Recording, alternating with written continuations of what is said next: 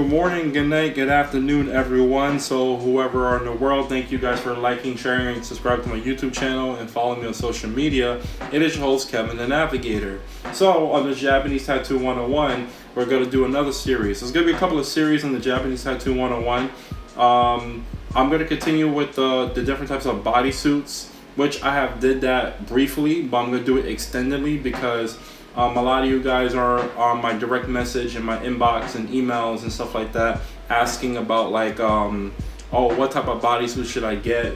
What's the name of this? Or I want it like how the Yakuza video game is. I want it how the movie Outsider. I want it how Jared Leto had it. I want to have how this Japanese actor has it, and I'm gonna explain that in a minute on the Japanese types of bodysuits. Now, however, we're going to talk about another series. So it's called the 5 parts of the 108 Suikoden heroes, or the heroes of China. So I have that video, but I did it briefly, but there's like literally 108 stories.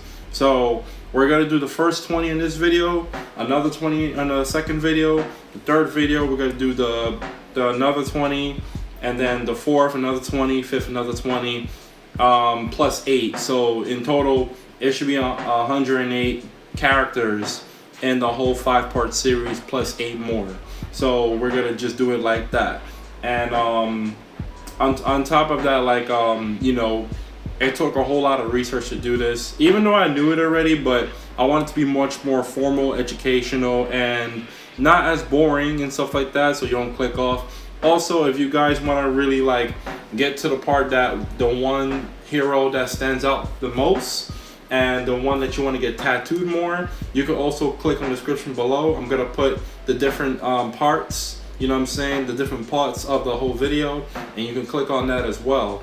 So I'm happy to present this with you guys. I have my script here and stuff like that on my hand, and basically the whole analysis, right, of the 108 Suikoden heroes. So 108 Suikoden heroes are the main characters of the Ming dynasty classic Chinese novel called The Water Margin, so which is written in the 14th century. Now these heroes are divided into 36 heavenly spirits and 72 earthly rebels, or Robin Hoods, whichever you want to call it.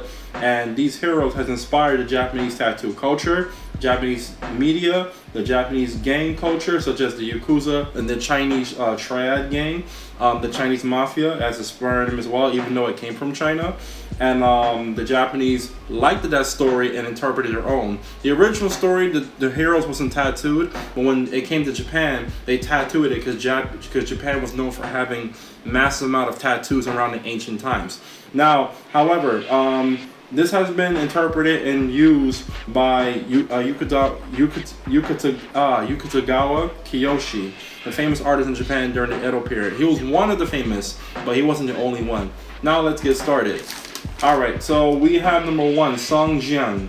So I'm going to pronounce these names in Chinese because these are all Chinese warriors that got transported to Japan for different interpretation and like a fan type of thing, because the Japanese was very fans of these novels and these characters because it represents like rebels and Robin Hoods and stick it to the man type of thing. That's what these heroes represent, like an anarchy, justice and peace, stuff like that. So Song Jiang is known as a protector of the righteousness. He's an alpha hero, and he's also the commander, and he was poisoned, so for being a tyrant leader. Now we have number 2. We have Lu Jiang.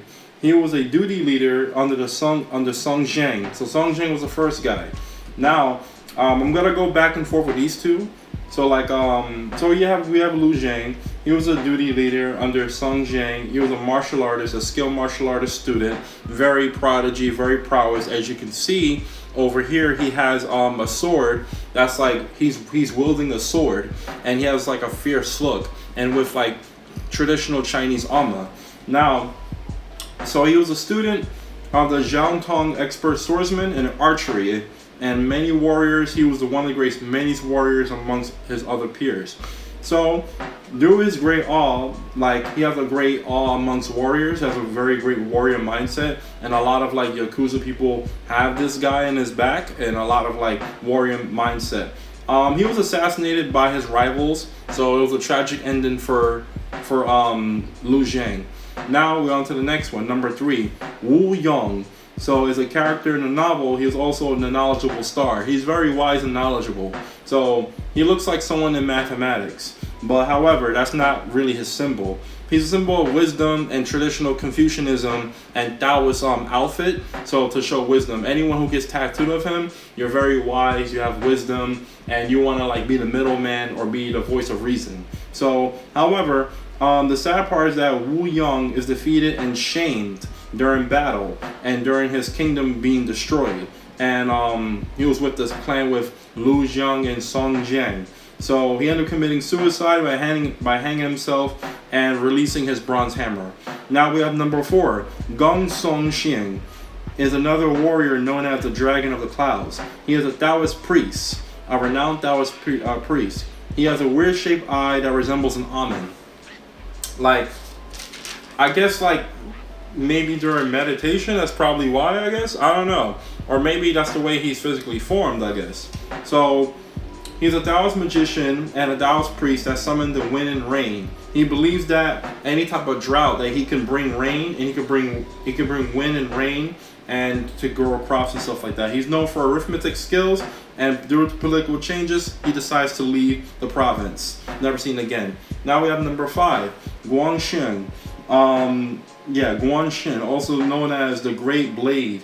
So he is known to his peers as the Great Blade. He was the commanding officer of the 5 Tiger Generals. His weapon is the Dragon Moonblade, which is a really nice blade. It's like a long spear, but like with a curved like blade. It looked like a Grim Reaper sickle, but like an Asian version of it. It's like really cool. So he was a lower lip general of the division of the Chinese army. Due to high disease around the area after he fought, he died of illness, and he represents a great swordsman. Now we have number 6. We have Lin Chong, also known as the Panther, like the Great Panther. So he's very swift, like a panther. He's out for blood. He's very fierce. He's a warrior-like, and a lot of like Yakuza people have him as well. And a lot of like people in the military, the U.S. military and the French military members have him as a back piece or a side piece, or have him with a dragon on top. He's also modified a lot too as well. So a lot of like diehard Japanese tattooists who does like modification drawings of him, like they put like either a dragon, phoenix, or a tiger over him, or a bird, or maybe like birds flying over him. So how this is going to start. So basically, he was like a martial arts instructor for the 5 Tiger General. He carries a spear. During battle, he was paralyzed. So he was a great warrior, but kind of, let's just say, like he got Scarface. You see the movie Scarface? He was like, say hello to my little friend, and then the guy in the back shot him in the back. So someone stabbed him in the back, and he can no longer fight. So he's useless at this point. Now we have number 7, Qing Ming, also known as the Fiery Thunderbolt. He was a vanguard general, and he was the wolf. I'm sorry, guys. So he was a vanguard general, and he was also known as like very, very, very fierce. He was very fierce, but also wise as well. Great arithmetic skills, great commanding amongst his troops and things of that nature. So he was a warrior. He was a great hero amongst Chinese folklore and Japanese not folklore, but Japanese like urban legend. Because to the Japanese, the 108 heroes is like not a folklore, but kind of like an urban legend they can relate to. So he was with the Tiger Guards, and he sadly dies from battle. So yeah, he gets killed. This guy gets killed. Now, number 8, Huan Zhao, also known as the Double Clubs. So he was a part of the 5 Tiger Generals, and a lot of these guys are part of the generals of the Tigers.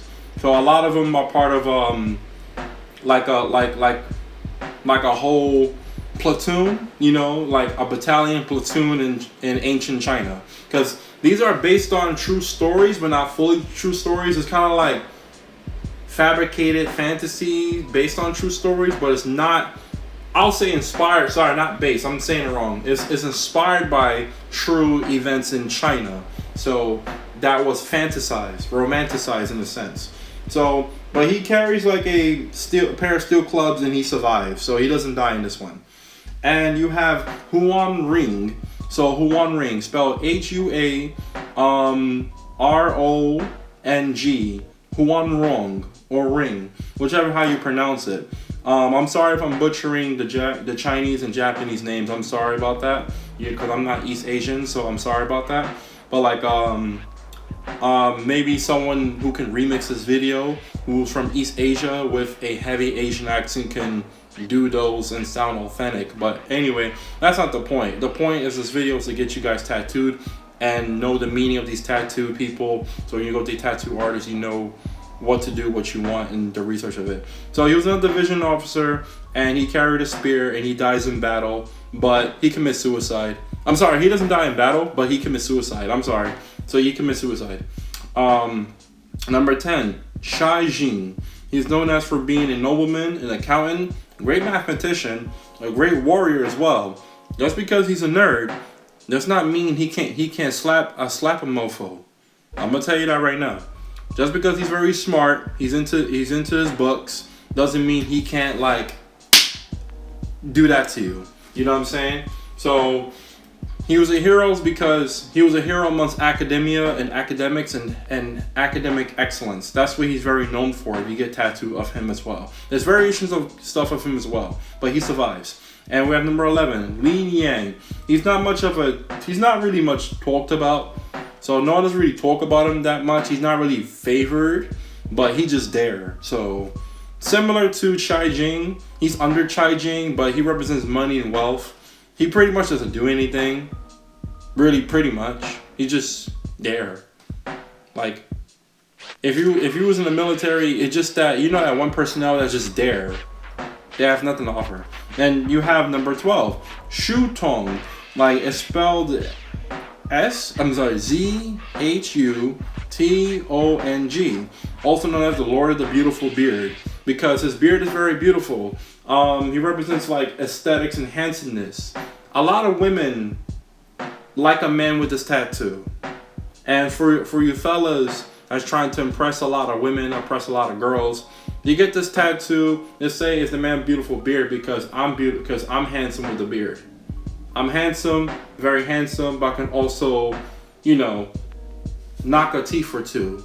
And I can protect you and defend you. So that's what this guy represents, Zong Tong. So Zong Tong is the warrior with the beautiful face. The warrior with a handsome face. The warrior with a handsome beard. Very decorative, but he's also a cold-hearted killer. A cold-hearted warrior at the same time.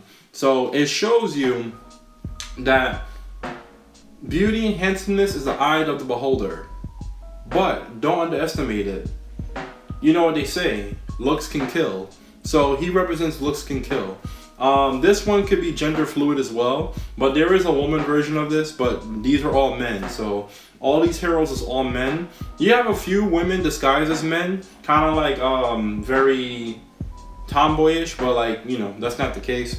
So he carries a saber. He represents handsomeness, attractiveness, but also he's a warrior and an alpha male as well. So if you're handsome and an alpha male, that you're very desired by the opposite sex, that's what Zong Tong represents. Now to the next one.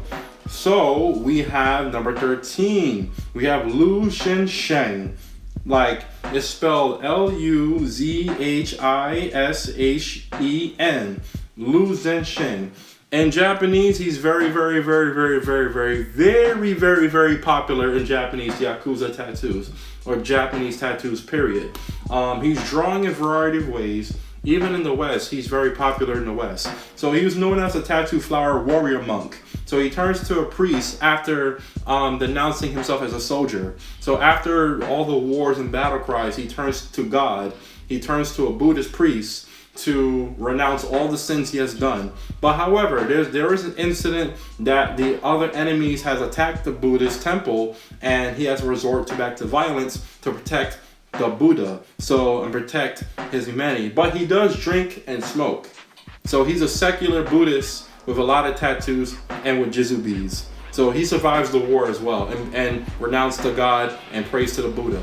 Now, number 14, Wu Song. So Wu Song, he's known as a tiger fighter. So he's another popular one in Japanese tattoo as well, in the West and in Japan, because he shows strength, endurance, durability, willingness to fight obstacles, willingness to fight a beast. He's the beast master. That's what he is to a lot of the culture in Japan and China. And a lot of the Westerners, when they see that, they're like, oh my God, that's cool. He's fighting a tiger. Oh yeah, I can fight. I fought a bear. Oh, I fought a tiger. Oh, that's nothing. I'm Hercules. So that's what he represents. So like, he was like fighting the tiger because he was in a POW situation. So this warrior was in a POW situation, and along his escape from the enemy territory in China, a tiger comes along. A tiger tries to attack him, growl, and then all of a sudden he uses strength by the great God of Buddha. You know what I'm saying? So by the great grace of Buddha, the great God of Buddha, like he just gained strength. Like he's not superhuman, but some apparent reason he prayed and he just gained strength to fight off the tiger, to wrestle the tiger, to dominate the tiger. Also, he does kill the tiger, and he rips off the tiger's skin and wears it as a pellet through the cold winters in China. So that does happen. So that's the extension fun fact story about this this character Wu Song. So Wu Song, he's very tattooed a lot. So a lot of people get a lot of tattoos of him. I even saw like some guys in the street, they got like a back piece tattoo of him, or they got like a arm sleeve tattoo of him, and they have an extension of cherry blossoms and rocks and maple leaf flowers and stuff like that. So that is a thing as well. So just to let you know that. But yeah, he is another popular character in the Japanese tattoo community. So very, very, very popular, and people love the story that he's like he's an average man. He's a warrior, wrestled and beat up a tiger.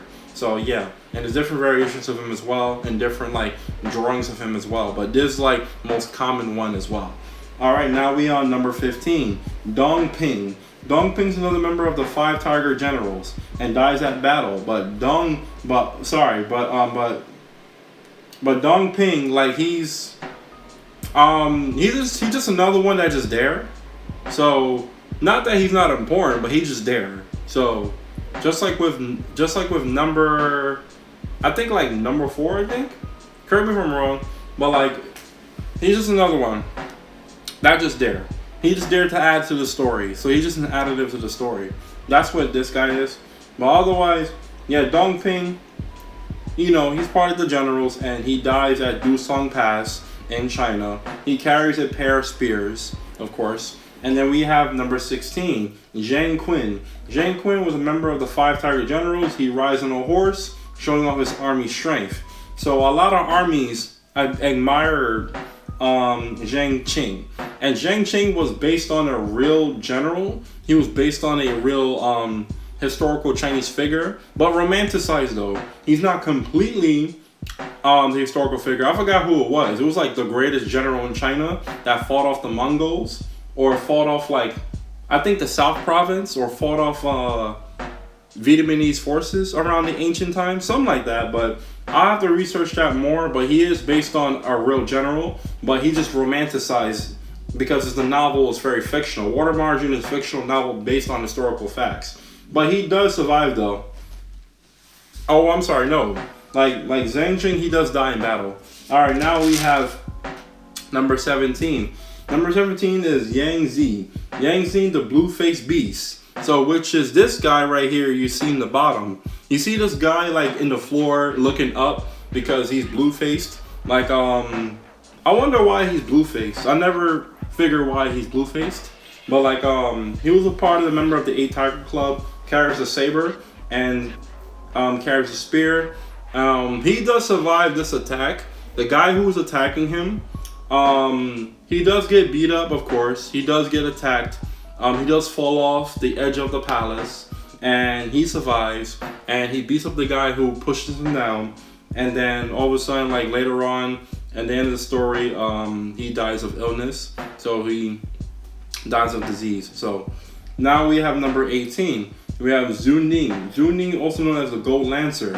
And Gold Lancer is like a really, yeah, like he's up there.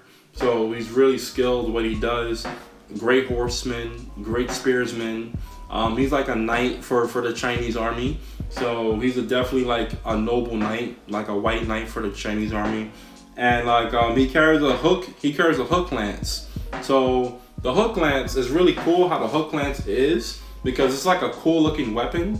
It reminds me of the Prince of Persia. It reminds me of the Prince of Persia curved Kirky sword that he had. That's what it reminds me of. Or Assassin's Creed the Egyptian sword, you know, the curved Egyptian sword. Comment down below if you know what sword that is. But that's what his sword looks like. Zhu Ning. So yeah. But he does wounded and he's not dead. So alright, you have number 19. So number 19 is Su Chao. It's spelled Suochao, and that's how it's spelled. He carries a gold axe. He's known as the Golden Axe Horseman. The Golden Axe Horseman. I'll state it again. The Golden Axe Horseman. That's what he's known as. Around the whole entire community of Japanese tattoo, the West, China, and Korea, and Japan, and points beyond. So he carries a golden axe, and that golden axe is a great gift of the Buddha. So the great gift of God, the heaven's axe, to defeat evil and to cut off anything. It cuts off anything and everything, and only he can have it. No one else cannot possess that axe. They try to use it, it won't work. It won't cut anything. He has a special power to use that axe to cut anything, penetrate anything, even armor, even skin and bones, even like he can crush a rock with the axe. That's what's called a golden axe for a reason, according to the story. Now, unfortunately, he does die in battle. So he does die, and the axe power loses its power when he dies. So he does get killed in battle of the war. And yeah, he's a member of the 8 Tiger Club, 8 Tiger Generals Club, and stuff like that. And then yeah, he dies. Yeah. Now we have number 20. We have Daizong. Daizong is known as the Magician Traveler. He carries a chime sword. So Chinese sword? Yeah, I said Chinese. Sorry, my mistake. He carries a Chinese sword, a typical Chinese sword, and he's very proficient to reconnaissance, and he's very intelligent. He's a symbol of intel. So anyone in the intel community, in the military, or intel outside of the military, civilian-wise, he's a great person to get tattooed on because he represents intelligence, reconnaissance, strategy, and think before you do things. Think before you do. That's what he represents. Daizong. Daizong represents think before you do things. Before you do anything, think things through. He's the epitome and the embodiment of think things through. That's what he is. Just for y'all to know. He's not so much of brute force, but he's more of mental strategy. Mental battle strategy. I'm assuming, in my personal opinion, he's probably based on Sun Tzu, the guy who made The Art of War. He's probably based on him. That's what it seems like when I learned about his story years ago. Like, he reminds me of like The Art of War. Instead of me like fighting with just brute force, let me just use mental strategy to defeat my enemy. Let me become my enemy before I destroy my enemy. Be thy enemy before I destroy it. Like, I feel like he kind of like embodies that. Like it reminds me of Sun Tzu. Maybe he's not based on Sun Tzu, but I kind of have a feeling he probably is based on Sun Tzu. The way how I learned about his story and I researched his story, and how my tattoo artist told me about the story of Daizong. So yeah, but In case you're wondering, oh man, Kevin, does he die? Does he die in this movie? No, he doesn't die. He survives. He survives and builds a better empire. So he builds a much more intelligent army, and yeah, he survives until he dies of old age. Now, thank you guys for listening, watching of my video, and there's more coming up soon. And like we're gonna have a part 2 on the 108 Suikoden heroes of China, and this part has really influenced Japanese tattoo to the fullest, because these heroes has inspired like warrior type of like action adventure type of art and ukiyo-e prints, and that got into people's skin as well. So thank you guys for watching.